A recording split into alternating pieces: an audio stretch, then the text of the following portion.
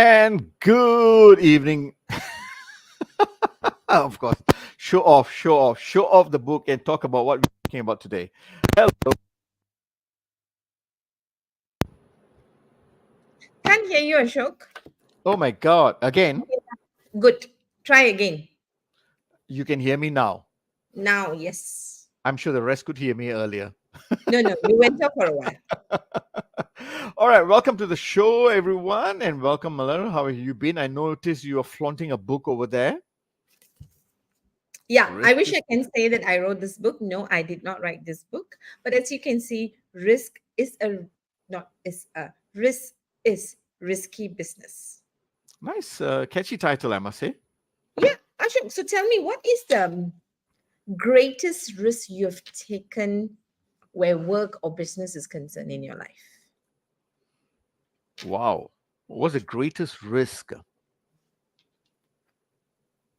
I think there can be. I mean, there's some many. I mean, my own. You could say about starting a business is a risk.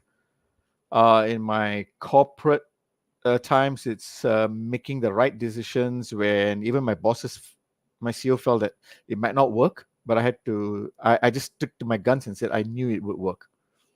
Yeah, I mean, there are many. If I really sit down and think about it, So you're basically quite comfortable with risk, lah. I don't know whether I'm comfortable, but now that you pointed out to me, I'm getting a bit uncomfortable. But if anyone is logged in today and wondering what are these two people talking about, is the main person Vanessa. All right, welcome to Leadership in Flow Asia Season 3. And what is this show all about? This show is where we talk to quiet leaders in Asia. We have a conversation with them to try and find out about growth ideas, about personal growth, leadership growth, and business growth. And today, we are going to be talking to one such leader, Vanessa Veerappan, who is Okay. talking all about risk. And the interesting part is, I found out earlier she had met Muller maybe way ago, right? And maybe 10 years later, then they decided to have coffee with a common friend or something like that. Muller, over to you. Tell us more about how you met Vanessa and the book. I think what's important is actually the book. And I think it's such a privilege to meet an author among us who has written such a good book. Risk is risky business because I think I mean for me as a business owner as an entrepreneur, I think we generally are risk averse. I think risk is something that we are very cautious about, right? And it is very interesting that someone has taken the time and trouble to write a book so that we can navigate, around the risk so that we feel safe in the kind of choices and decisions that we are making. So I think it's a very important book that she has written. But who is Vanessa? You wouldn't believe it if I said so. For those who want to get this book, we're going to put the link, get this book, because Vanessa has got a very interesting story about how she fell in love. All right. But before even talking about how she fell in love, I think it's really interesting to see her journey, how from an accountant, she got into risk management, and today she's a risk consultant. But all of that is really much more exciting if we bring Vanessa up here so that she can tell the story herself. So let me just bring Vanessa up. And if you're watching her, you can give her a nice big applause for. A virtual applause. Okay. Hi everyone. Hi Malar and Ashok. Thank you. Thank you for the warm introduction. I was having fun actually watching the two of you, talk to each other. Right. And thanks Malar for getting the title of the book correct. It is risk is risky business. You're right. Nice. Okay. So Thank you for writing this book. And yeah, so tell us. yeah. So you used the word, you said, I fell in love. Okay, so just to clarify that, how I fell in love with risk management. Okay, so Yes. that's what the book is about. So the book actually starts off with chapter 1 being on my personal journey, the journey, like you mentioned earlier. I was started as a chartered management accountant and worked as an accountant for about 5 years and moved on to policy management, risk management during that time. And later on, I talk about, so that's in chapter one, a bit of the highs and lows in getting to where I am today. And then chapter two onwards, it talks about risk practices and the structure, the ISO 31000, and all about risk management. So only chapter one talks about the personal journey, right? Nice. I mean, I think we talk about personal journey, but it's really wonderful to see how people can actually fall in love with risk, lah, right? Uh, Right. I, I think just the word when we talk about falling in love, we think about exciting stuff. But I suppose even falling in love is a risk, isn't it? Yeah, it is. It Yeah. definitely is. Yes. But you can put some controls into place, which I'll talk about later on a bit. Right. So, who should read this book, and why should they read this book? Okay, so the book, see, the moment an author, for me at least, when I started out to write the book, I needed to have the audience in mind. Who would find this book useful? Which group of people, right? And so, being a trainer for a good 10 years, I've always been asked, my participants used to always persuade me to write a book, because the Mm, training programs ideally are just 2 days or 3 days and in that given time it is impossible to tell them anything and everything that they need to know about risk management. So they kept saying to me that if we had a guidebook, a reference book to look into, it will make it a lot easier after the 2 or 3 training days. So this had gone on for a long time, and I always thought about it but never got down to doing it. And I also used to tell them that there are so many books on risk management out there in the bookstores already. You can just go and pick them up. So mm, coming back to your question, who this book is for those people who are, whether they're in the first line of defense, in the second or third line of defense in organizations, they will find the book useful. So it's not only for a risk manager who's working in the risk department or the risk unit, it is also extremely useful for those in the first line of defense. Example of departments in the first line of defense are like your operations department, you have product development, what else? Customer service, procurement. So all these departments will also need to understand about managing risk. How would they manage risk? Right. So this book was written for, to summarize, basically anyone who came in the first, second, or the third line of defense comprises of auditors, internal auditors. They are the independent reviewer of controls in the organization. So it's good for them to know, because if an auditor has been tasked to go and audit the risk management unit, for instance, how would they know what to audit or what to check if they had no clue what the department was doing, right? mm, mm. Yes. So this is where the value of the book will be great to them as well. All right. Thank you very much. I mean, for me, when I looked through your book, what came up to me was that I think anytime we are all making choices, and sometimes we're afraid to make some choices.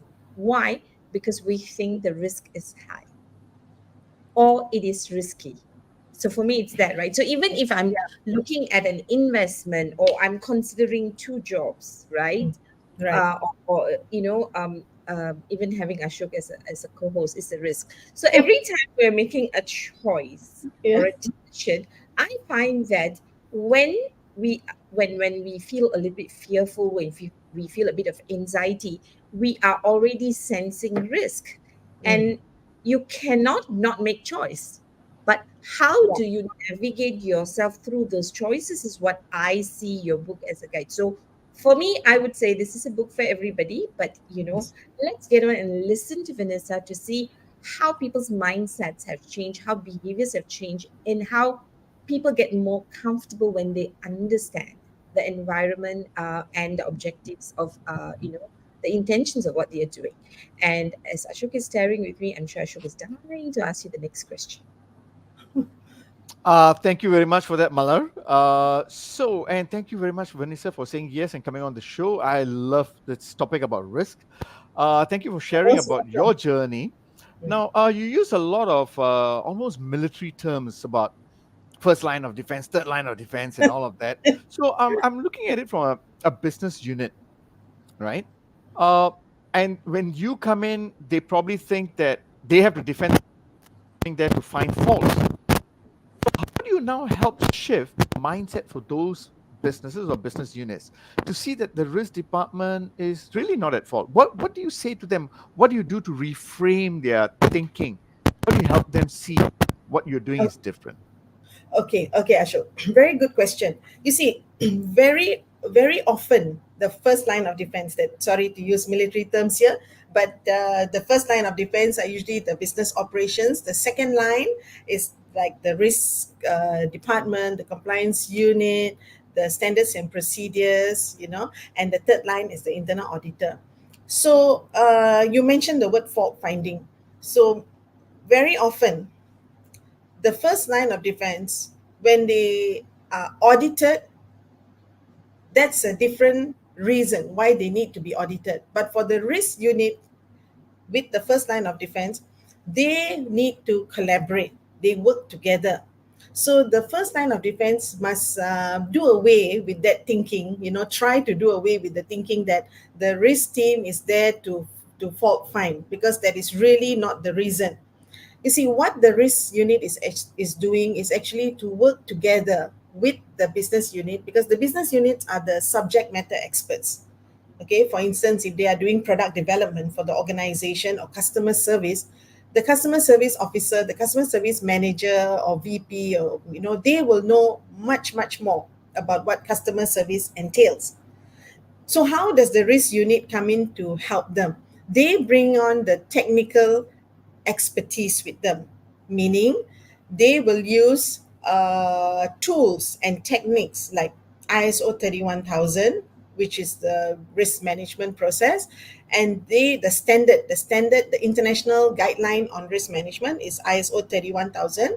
So the risk managers will use this guideline and help the product development or the customer service development, the marketing, the sales and marketing team, help them to identify their risk, assess their risk, analyze the risk with the right technique. It's not that the first line of defense is unable to do that. They will be able to do that, but perhaps not in a very structured approach. So this is where the risk managers come in to add value. So it's more of a collaboration exercise, and it's not fault finding. The internal auditors are the one to come in and not fault find, okay, but to pick up any breakdown, any gaps in the control. That's what internal auditors do, and they have different reporting style. They have their own reports, and that goes straight to the board audit committee, which is different from the reporting of the risk management unit. Right. Thank you very much for that very clarification. Because what I'm hearing, yes, internal auditors come in towards the end and see, yes, there are gaps, then they raise up the gaps. But what you're doing is from the very front, you Yes. work with the subject matter experts. You use a very generic of a uniform process on going through and asking the right questions That's to right. identify what can be done better. Exactly. That means you wear a different lens because you're not the subject matter expert, but you wear a different lens and Correct. ask them the right questions to help them see something that they have not seen before. That's Because right. they're so stuck in their knowledge, is it? Correct. So essentially, risk management plays a proactive and a protective role. That's what they are doing. They look Proactive in. and protective. That's right, proactive. Why? Because in risk management, when we identify risk for the future. We talk about future uncertainties, and then we start to develop root cause. We design controls, suitable controls, to ensure that the risk exposure, if at all it happens, is kept to an acceptable level. Oh, I That's love what. this. I love this. So what you're saying is you're actually helping identify future risk of the business, right? Yes, that's And right. put in the right and anticipate that and put in the right stop gaps. Correct. Hmm. And all this is done, in a very structured manner where risk sessions held. Nice. That's why you look at it from a proactive and a protective point of view. I like that. Correct. proactively anticipating there could be issues, and protective in putting in place the right measures to help them. That's right. Correct, Ashok. Yeah. Fantastic. Okay, so what you're sharing, it appears to me this is more like a core trait for all leaders, right? So that It should be. should Yes, be it right, should because if be. Yes. all businesses, right, should have this core trait.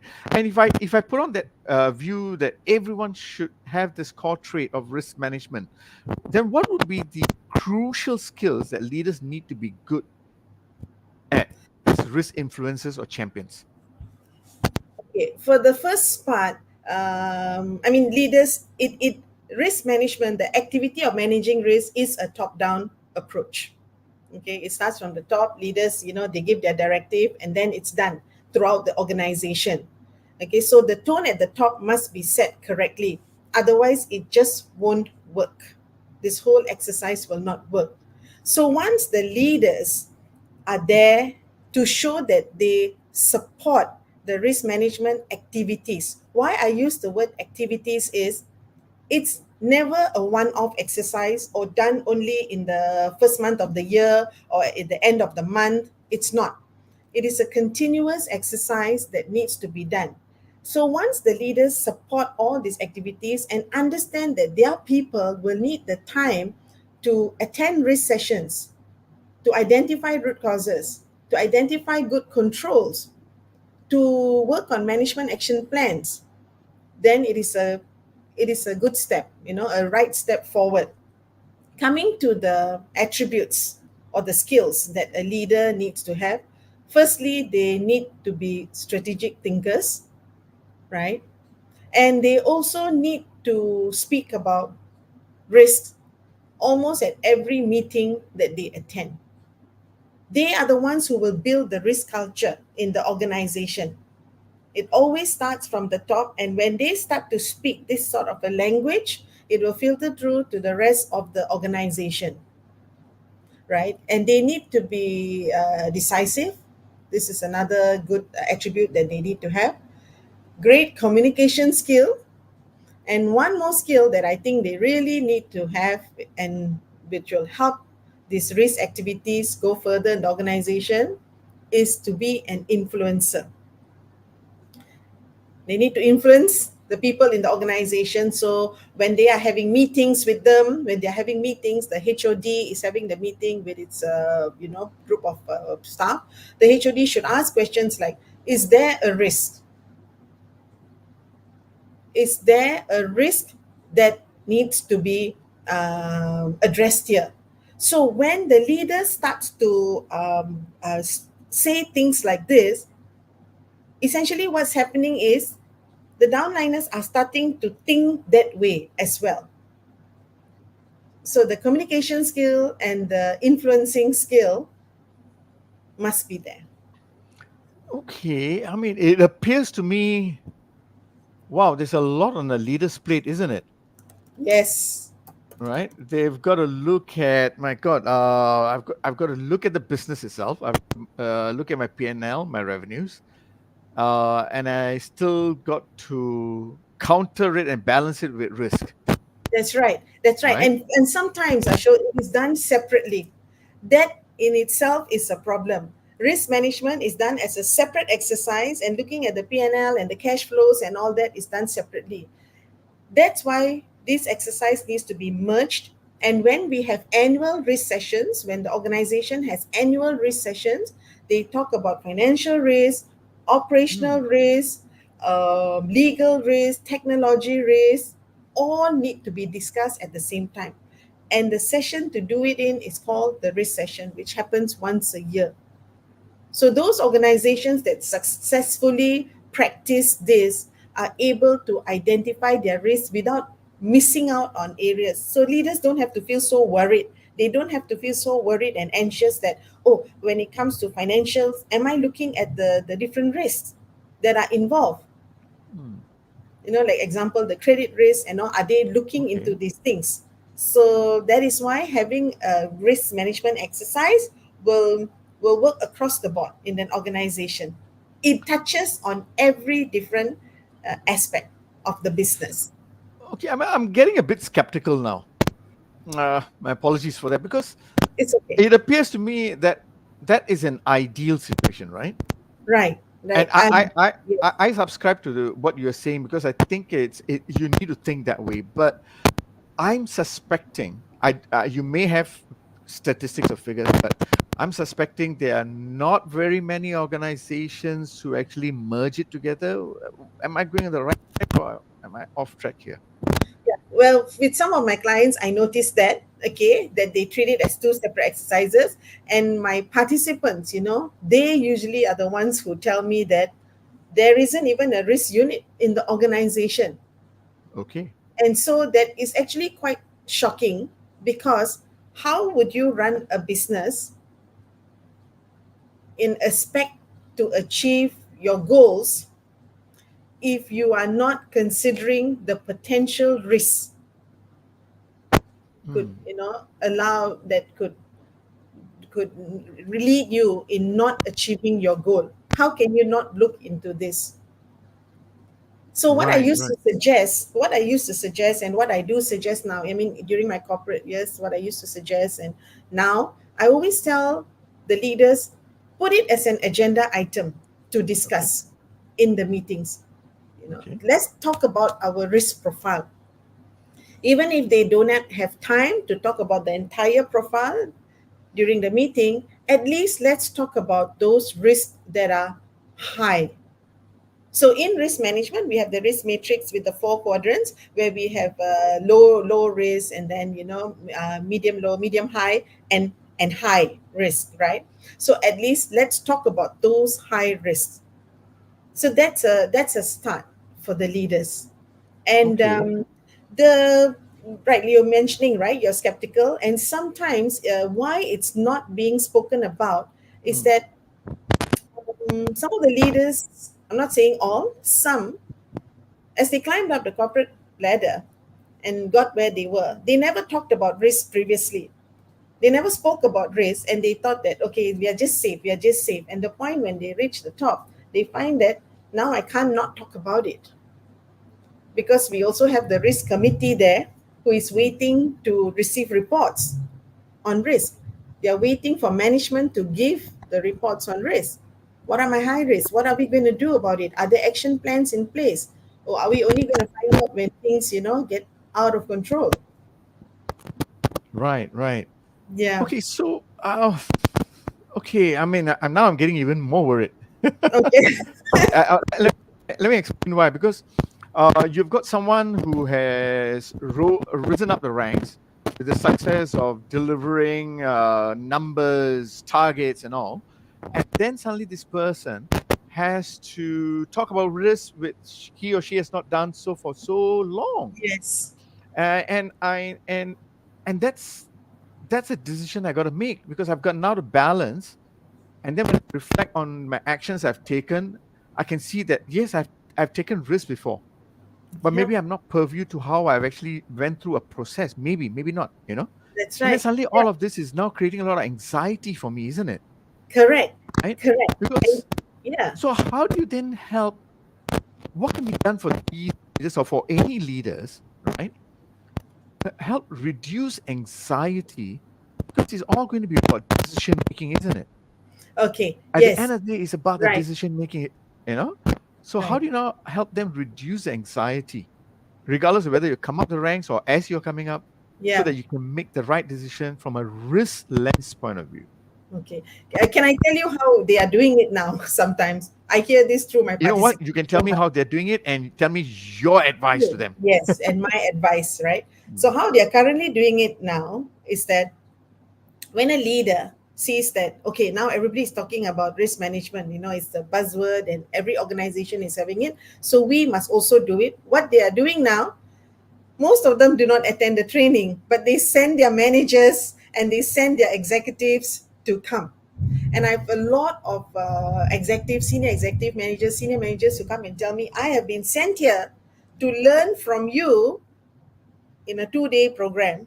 Anything, everything I need to know about risk management, because my boss wants me to go back and set up a risk management unit. And I feel really sorry for these people, because do you think that is the way to do it? Do you think, Ashok, that's the way to do it? Send your people, get them to learn it and come back. It could be a start, but putting that responsibility on your execs and managers to set up the risk unit, I don't think it is the right way to go. And a lot actually do it because of the Corporate Liability Act, Section 17, capital A, the Corporate Liability Act of MECC. This act actually, is very strict on directors of the organization, directors of companies, and they need to always prove adequate procedures. And so now what happens, the staff are sent for this training just to show that they have attended some training, and that's it. Whether they are coming back to the organization to apply it, no one actually checks on that. It is just ticking the box exercise, which shouldn't be the case.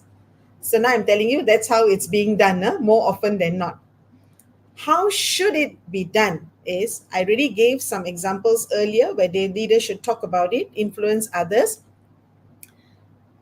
The best way that I've noticed how successful this can be passed down throughout the organization, the knowledge on risk, is having annual risk sessions once a year only. So what is a risk session? I've explained it in quite detail in my book, Risk is Risky Business. I've explained it, but I will say it now again. A risk session is where the head of the division sits with his or her direct report in a room for about a day. Usually the session starts in the morning and ends in the evening or night, together with the risk manager. Very early in this session, I mentioned about the collaboration, right? So this is where that first line of defense, the SVP or the head of division, sits with the direct reports in a room. And that session will be facilitated, because remember, they don't have, that kind of thinking on risk. So they get the technical experts, the risk manager, to come in and facilitate that session, to tell them, okay, this is your risk profile. And then they run through all the risks with them. Do these risks, do they still exist? Is it still medium, or is it still high? Do we need to relook at the risk rating?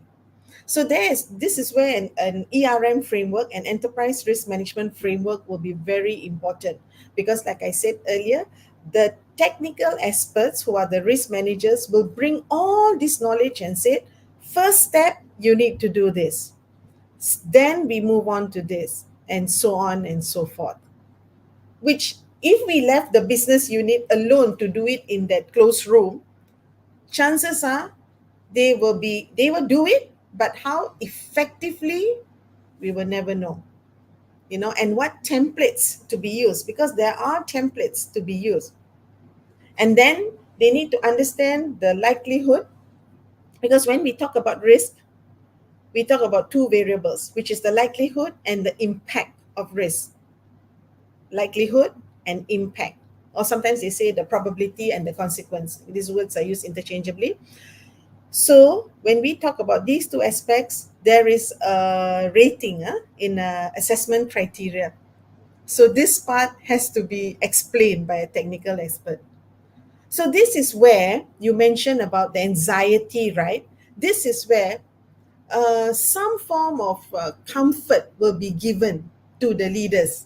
Like, I know I'm a subject matter expert. I know what this entails, but how do I draw out that risk, bring out that risk? How do I talk about emerging risk? And this is where the risk manager will perhaps allay the anxiety or that worry to a certain extent. So, to share a story with you, in one of my previous organizations that I worked for. So I was basically the person handling the risk for the customer division and the finance division. Huge, okay? Many different departments within both divisions and all. So the first year I was there, the risk exercise, it was just done as a paper exercise. They needed to do it. Some report had to go up to management. So they quickly just, most of the time, just changed some figures, some numbers here and there, and it was done. So later on, as I brought them through the risk exercise, the activity, the risk session, and show them the importance of their contribution, their ideas, what they have experienced, because they have a lot of experience. Sometimes they just do not know how their experience and their knowledge helps in developing good controls to mitigate the risk. So as I started to show them these things and all, the second year onwards, they asked me, when are we having the risk session? So it takes time. It takes time to build that sort of trust. And then remember earlier you mentioned the term fault finding. When they Yes. know that you are not there to fault find, but rather to be a business partner to them, that's when they start to accept you better. Okay. So what I'm hearing from you is it is important. It's if you're bringing someone just to do a training and do like a tick box fair, that's too risky. Pun intended. Yeah. But Yes. so what I'm suggesting is have a risk session where you have the real open conversations, and the open conversations would also include understanding the value and the contributions that they've already made. So what I'm Yeah. hearing from you is really looking at how you can help them be even more successful, helping them understand that through the risk lens. Yes. Right. You help them. Okay. Yeah. Thank you. You help them. You actually bring out this information. So the role that the risk manager plays, the facilitation role, it actually you must have a lot of communication, good communication Mm. skills to be able to communicate, to be able to influence. So the interpersonal skills are also very important. If you're there, if the risk manager comes in and the risk manager himself or herself behaves that this is like a paper exercise, I have to fill up my templates because my boss is waiting for the report, then you're not really going to get the benefit from the whole exercise.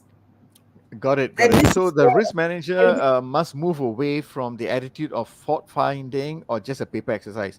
And the risk correct. manager needs to put on the hat and say, how can I now add value? How can I help you become even more That's right. successful? That's right. Right? They have to think of themselves as business partners. Nice, So now nice. product development, you are in product development, you have all these issues. Now let's think about all these risks and and also the other risk in the organization. So when I train risk managers, I always tell them to look at the World Economic Forum Global Risk Report. This report is readily available, it's free, and it's available every year in the month of January, maybe second week of January. You can just download it. World Economic Forum Global Risk Report. So this report is beautiful in helping all businesses to identify risk, because the report is designed in such a way that it talks about medium term, no, sorry, short term, medium term, and the long term risk. 2 years, 5 years, and 10 years. So, like for instance, I'm in 2024 now. It talks about all the potential risks, emerging risks from now till the year 2034. And so risk managers will use this information and discuss this with the business unit. But the business unit won't know, you see, they won't know whether this report, they won't know even the existence of that report or such a report, right? Yeah. So that's why the collaboration efforts are so crucial. Nice. Thank you very much for that, Vanessa. And I know You're Malar is most giving me welcome. dagger eyes. So Oh, I'm going okay. to hand it over to you, Malar. Yeah, that's Ashok's escape line. Thank you, Ashok. I was dying to take back because I want to welcome a couple of people who have actually come and joined and said hello. I Okay. think there's a Dr. Alka who has said hello to you. Hi, Dr. Yes. Alka. We're not able to see for some reason. I think your Okay. profile is not visible, so we're not able to show the Hi, comment. Dr. Alka. Yes. Yes. Yes. And this one I have to say, I see a Facebook love from one Mr. Veerappan Subramaniam Pillai. And that's no other than my father. Yeah. Yes. And so, yeah, thank you for joining us because you mentioned your dad in the book, and it's, I think it's it's really nice when and when the father comes to watch his daughter speak. So anyway, so Yeah. welcome. Thank And you. hi Mukesh. Hey, Mukesh is here. Hi Mukesh. Thanks for joining us. And there's a question from Sharma Kumari, Okay. and she's asking, because we're talking about risk and we were talking about leadership traits just now, right? She's asking, which inborn traits make a person a natural good fit to be a risk expert? Okay. So inborn traits, right? Thanks, What Sharma, do for the you need to be question. born with so that you take Yeah. risk? Yeah, I think it's interesting because for some people, there are some things they actually won't see it as risk, right? It's like business as usual. It's like Yeah. change, right? For some people, they don't see change as a big thing because they just accept it as part of life, right? Yeah. So talk us through this. Okay. So to answer Sharma's question, like for me personally, I think what I do is with my stakeholders. Okay, stakeholders are the departments that we liaise with and all. I try to feel their pain, their frustration of the business. Like they are doing so much yet not achieving what they want to achieve. Are they missing the bigger picture? And this is where a risk expert, if they come from the heart, not only the mind, but also the heart, and they want to help the business, chances are they will be able to together identify that. So though that is one of the inborn traits I could think about.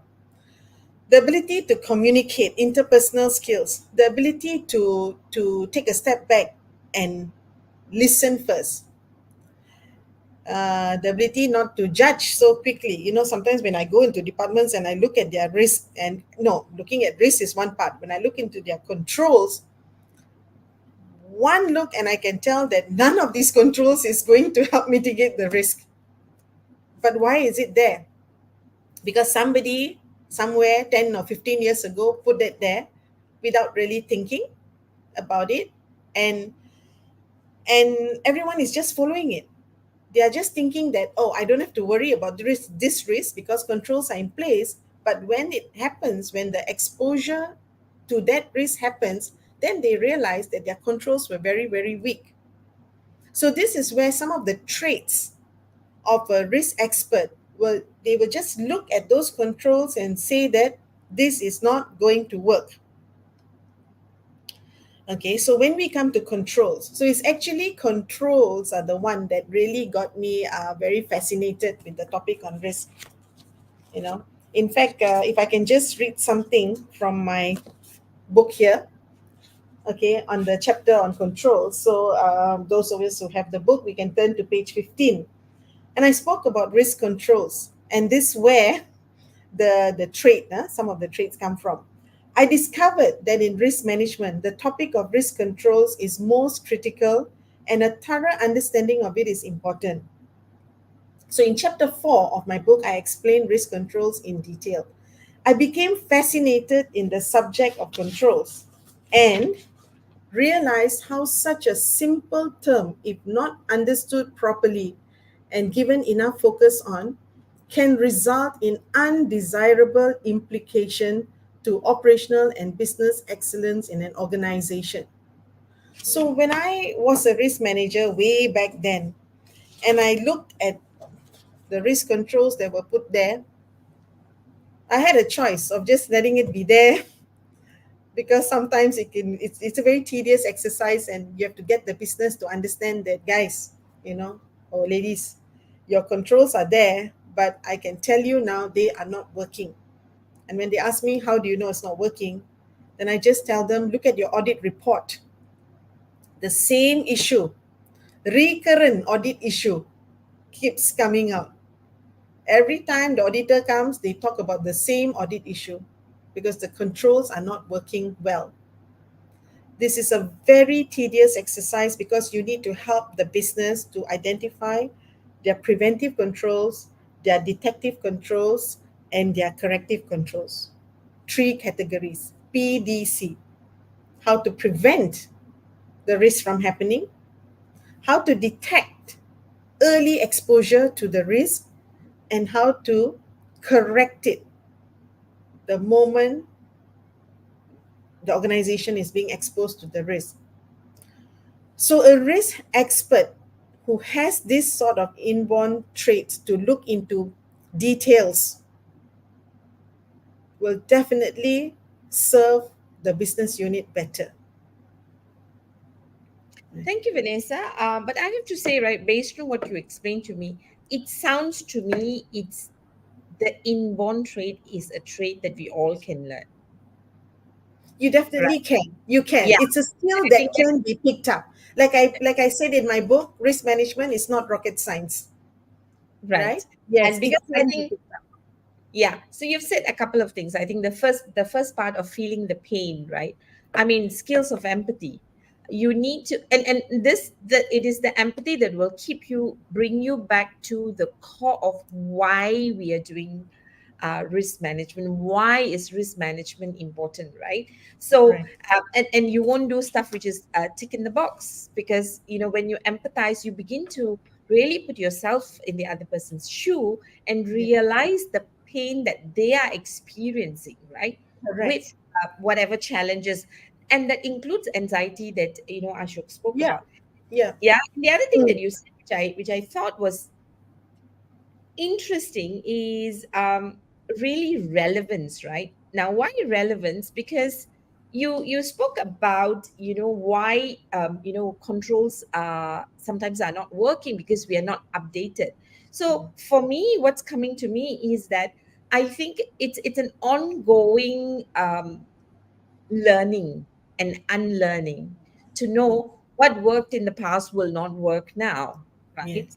And we Yes. need to update it to see what is the kind of risk that we are being our business is being exposed to now. So it is really staying relevant, which is why, I mean, we have you on Leadership in Flow, because Yeah. as leaders we need to make sure that we stay relevant to our business and our role, right? And that's why you introduce the PDC, because if you're not relevant, then it will be kind of difficult. So if you're relevant, then now, okay, am I going to prevent this or detect or correct, right?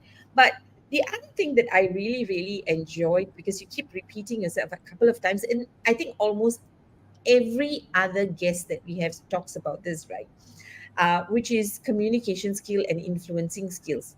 So, in fact, we say leadership is influence, right? And when you're able to communicate well, influence, it is the end result that you get, that people buy into your mindset, Yeah. right? That's Yeah. right. And what I'm recognizing about risk is that the more technical a subject gets, and I think risk can be pretty technical, right? For sure. And yeah, Yes. more technical things get, when it gets technical, I think our ability for a layperson understanding gets a little bit complex, a little bit more difficult. And as a leader, it becomes extremely important that as the complexity increases, our communication skills and influencing skills need to deepen, is what I'm actually getting over and over again, right? So I think Correct. those are some things that I think it's really very important as a person who's leading in the Yes. space of risk. I think it's for us to think about. So thank you very much for that. Ashok, is there anything you'd like to add on? Sorry, I was just taking a lot of notes. I have slack. Ooh, a lot. Oh, Thank okay. you very much. So it's all right. I forgive you. Okay. Now, I think now that we've gone through what is risk, why it's important, and the leadership traits and inborn traits, and what are the some of the inborn traits via skills, right, or skills that is required, right? That that's really a lot on a leader's plate. There's a lot of pressure, because I think as much as we can do everything that's within our control to learn, to plan, to have our risk controls in place, and to be relevant, failure sometimes is going to be inevitable, right? Now, how how can leaders who are listening in will say, because I think sometimes when we talk about risk or when we learn a skill, we want 100% success, or we want to increase our Correct. success rate. But there Correct. is we are only increasing the success rate and minimizing the failure Right. rate, right? So Right. how can leaders be resilient after taking, I mean, they have failed at the Yeah. risk taking? Yeah. Yes. Well, the first thing to note is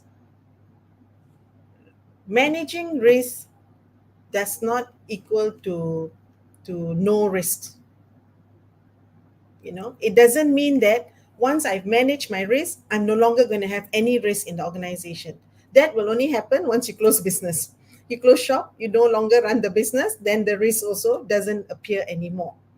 What risk management does, it it reduces the impact when the risk does when an organization is exposed to the risk.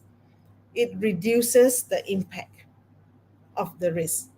That's what happens. And leaders must understand them, because if they become too afraid of failure, what may happen,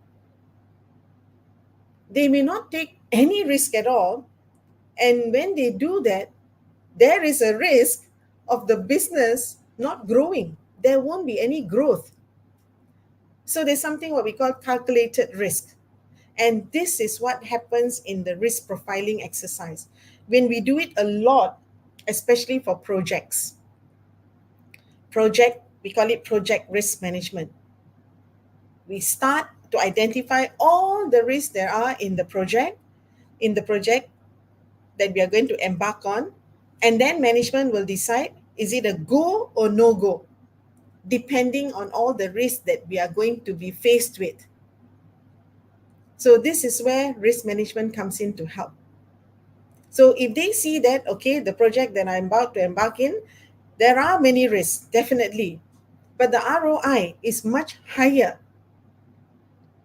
and it's worth for us to take on the risk. So Mm. there's no such thing as zero risk. If you want the reward, if you want the growth, then a certain amount of risk must be acceptable. So I think those leaders who think that way, maybe the mindset change is needed Sure. over. Yeah, I know, Malak, this is your question, but I'm now have to jump in because I'm a bit. I'm. Okay, Vanessa. What I'm hearing from you is something important, and I'm wondering whether should risk management, right, or risk yeah, identification be rewarded? Should we relook our KPI and how we are actually rewarding? Is that where some of the issues lie? Because what if we can now reward risk identification? Would that right. as an important KPI? Would that change mindsets from a It systematic point of view? it probably might, but realistically, I think employees are expected to identify the risk that is part and parcel of their job. So they are not sort of rewarded for it. Not really. I don't see that in any KPIs. I don't see that. Yeah.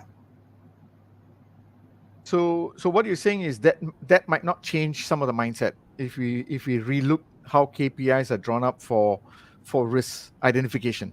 Well, I've not seen. I mean, organizations could perhaps try it to encourage people. If it's just a first time exercise that they're doing it and it's something new and people are fearful. So when you sort of give them a reward, they may tend to want to learn about it and see if they can do it better. But to be very honest, I've not seen risk identification being given this practice being rewarded. Rather, I've not seen it. Mm. It Okay, is it is okay. part and parcel of the job. So if I'm doing that particular job, I should know what are some of the risks Mm, and highlight it accordingly. okay. Okay, okay. No, I wasn't referring from the risk manager's point of view, I was I referring know, from the I know. business You're point of talking view. Yeah, about the first line of defense, right? that's right. First line of From the defense. first line of defense. Yeah.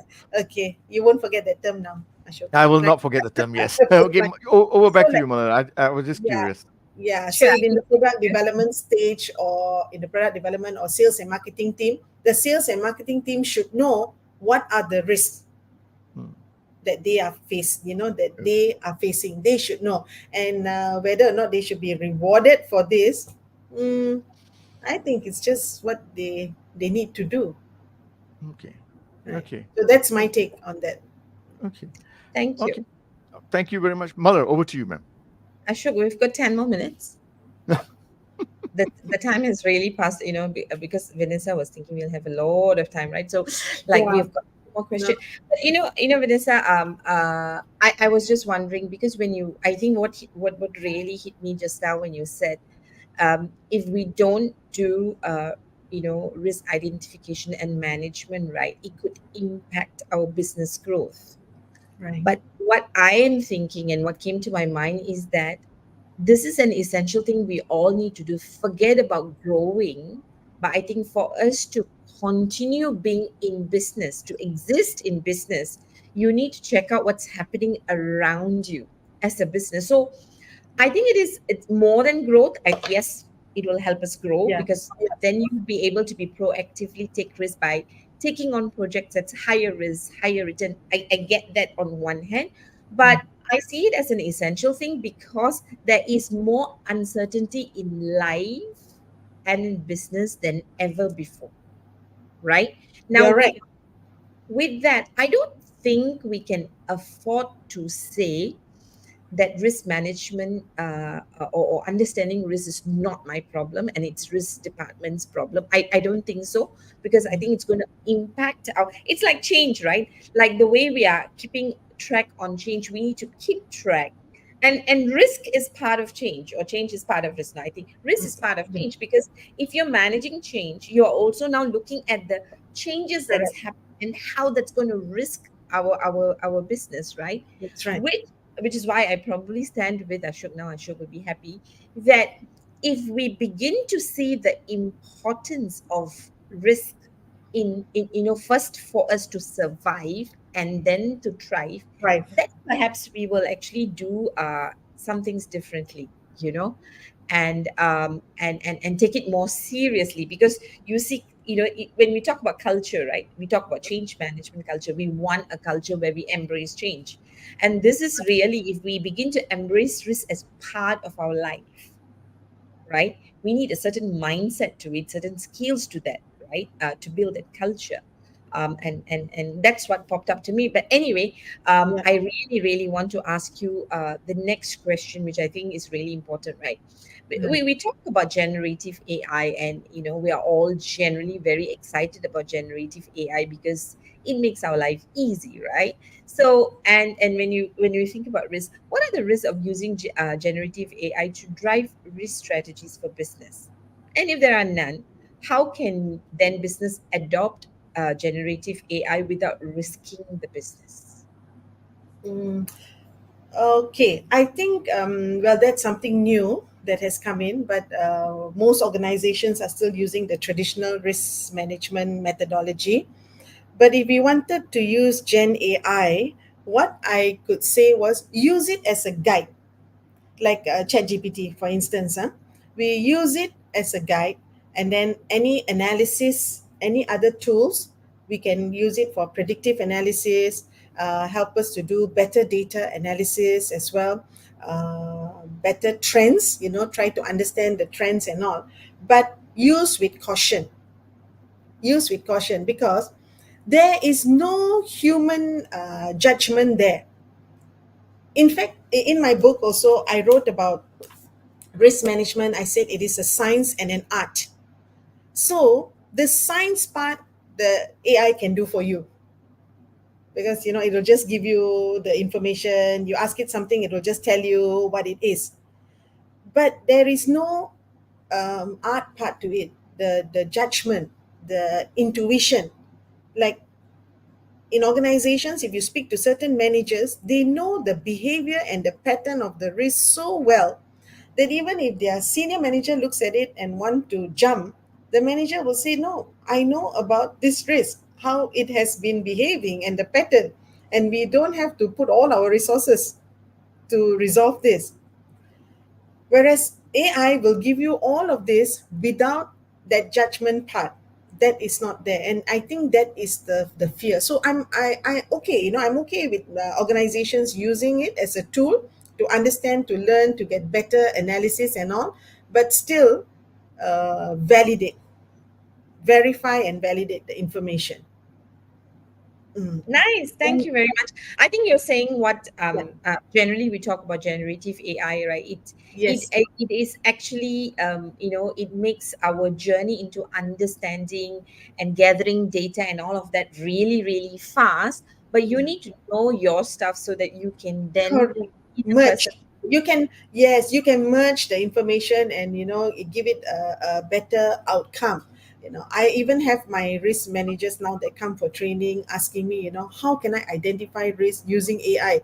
I said, you can use it to learn it, but to identify it, you still have to go and sit with the business unit and talk about it. You still have to use the traditional method.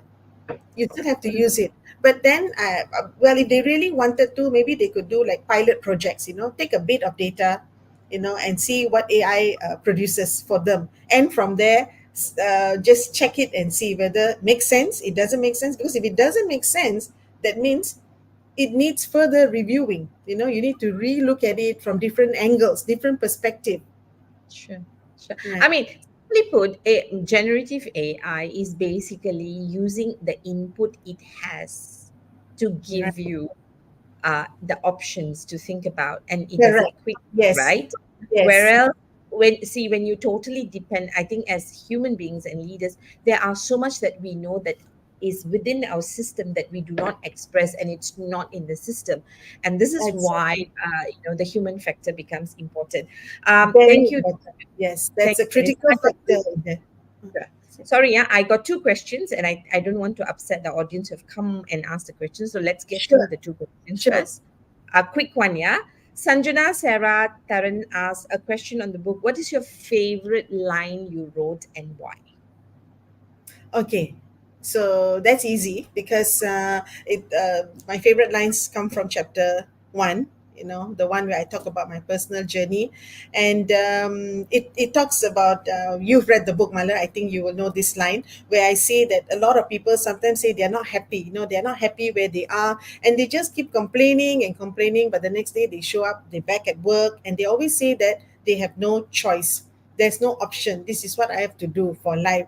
And that is why in my book I wanted to show them, like just like me, I ventured out when I realized that, being an accountant, nothing wrong with that profession, but that just, it couldn't resonate with me. I just couldn't, see myself doing that for long term. And I told myself I have to move. So that is one of the chapters, that is one of the lines I wrote in chapter one, that if you are not happy where you are, then move. You are not a tree, right? Yeah. Thank you, thank you. And that's part of risk taking. And Sasidaran has asked a very interesting question. He says, what will be the best risk assessment tools for SMEs? Something we can explore for SME who are not familiar with risk management. I think this is a fantastic question, Sasi. Thank you. Okay. Thanks, Asi, for the question. So usually the tools and the techniques that I use in my training, of course, you've got like the fishbone diagram. You can use Six Sigma and all these other, the Monte Carlo analysis and all. But I like to keep it simple because this is where the participants, they get it and they're able to, because the objective is to identify risk, right? So the learning must be practical for them, practicable. And that's where I do the brainstorming session. Brainstorm.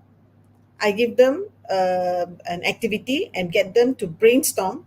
And from this, I try to extract, to make them extract the risk from the activity that's given by them brainstorming in a group. Because what I try to do is I try to mimic in the training room, I try to mimic the real risk session. Remember, I spoke about the risk session that takes place in an organization once a year, where they sit in a circle and they discuss about the risk. So brainstorming technique, and it's used a lot by organizations, is widely used and proven to be very effective in identifying risk. Next, another tool that I use with them, a technique rather, and not a tool, is the the SWOT analysis.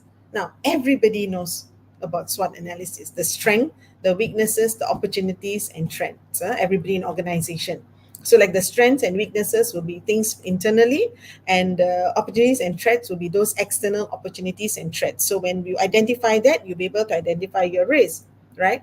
And last but not least, I like to use the PESTLE model, the acronym PESTLE, PESTLE, because this is also the same model that is used internationally and also by the World Economic Forum when they talk about the global risks.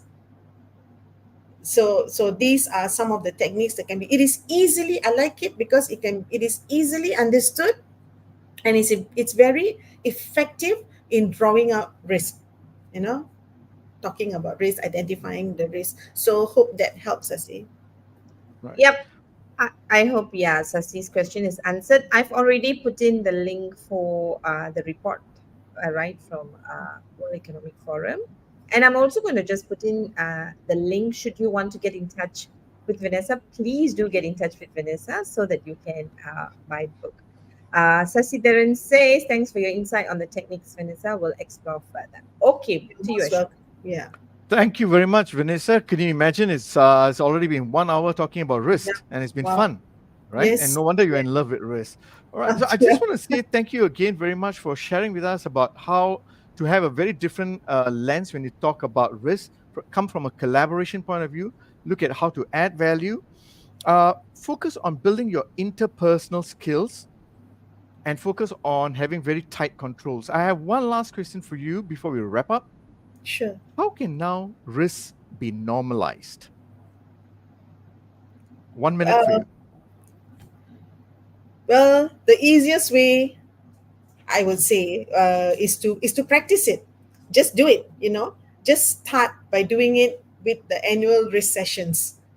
The develop, set up rather a risk unit, and you just need probably a two-man team, a two-woman team in the risk unit, and they will be able to go out and get things done, because there's another term that I didn't speak about, which is called the risk champions. And when you have enough risk champions in the organization, it's easy to cascade the information around, and then it will be a normal practice. And people in the beginning, there will be a bit of resistance, a bit of fear, anything new, right? Because you're trying to shift them, move them out of their comfort zone, so they will have all these feelings. But sooner or later they will understand that this is good business practice. So I always say to people that risk management is not a passing fad, it is good business practice. Nice. Thank you very much for that, Vanessa. So, what I'm hearing from you is to normalize it, get a risk champion, right? And Yeah, that's there a will be risk fantastic champion. way to create the influence on Correct. reducing risk or identifying risk. So, thank That's you right. very much for that. And You're it's most welcome. wow, we had fun, Vanessa. Yes, we certainly did. Thanks, Mal, and thanks, Ashok, for having me No on the. worries. Mala, do Thanks. you have anything? No, we'll take more risks in life and then we'll talk to Vanessa. Okay. Thank you. Thank you, everyone, for tuning in.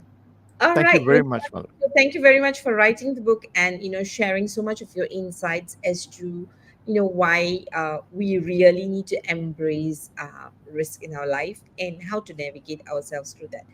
Before we say goodbye to you, is there anything else you'd like to say to the audience? Um, to me, you can read my personal story in the book, right? You can get a copy of the book. Mala will tell you how to get it. But I want to tell you that, like what I just said, it is not a passing fad. And as time goes on, and one thing I can say, almost every week now, I get people calling me to ask me about risk training, or you know development of enterprise risk framework, because they are starting to see it's okay, it's never too late. Even when they call and they say, we don't even have a risk unit, we don't even have, I said, it's okay, better late than never. Hmm. Right. Okay. Thank you. So Vanessa is leaving us with wisdom. Never better late than never, right? Yes, better late Never, than never. better late than never. All right. Thank you, Vanessa. You're We're most gonna say, welcome, Mala. Right. all right. Thank you very much. And Ashok, yes. Yes, Muller. Yes.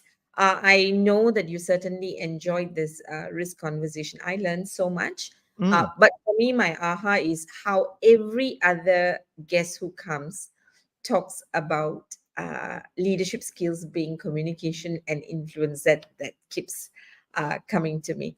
So absolutely anyway, right. yeah, I think I learned a lot. So glad that she came. And I think it's time to sign off.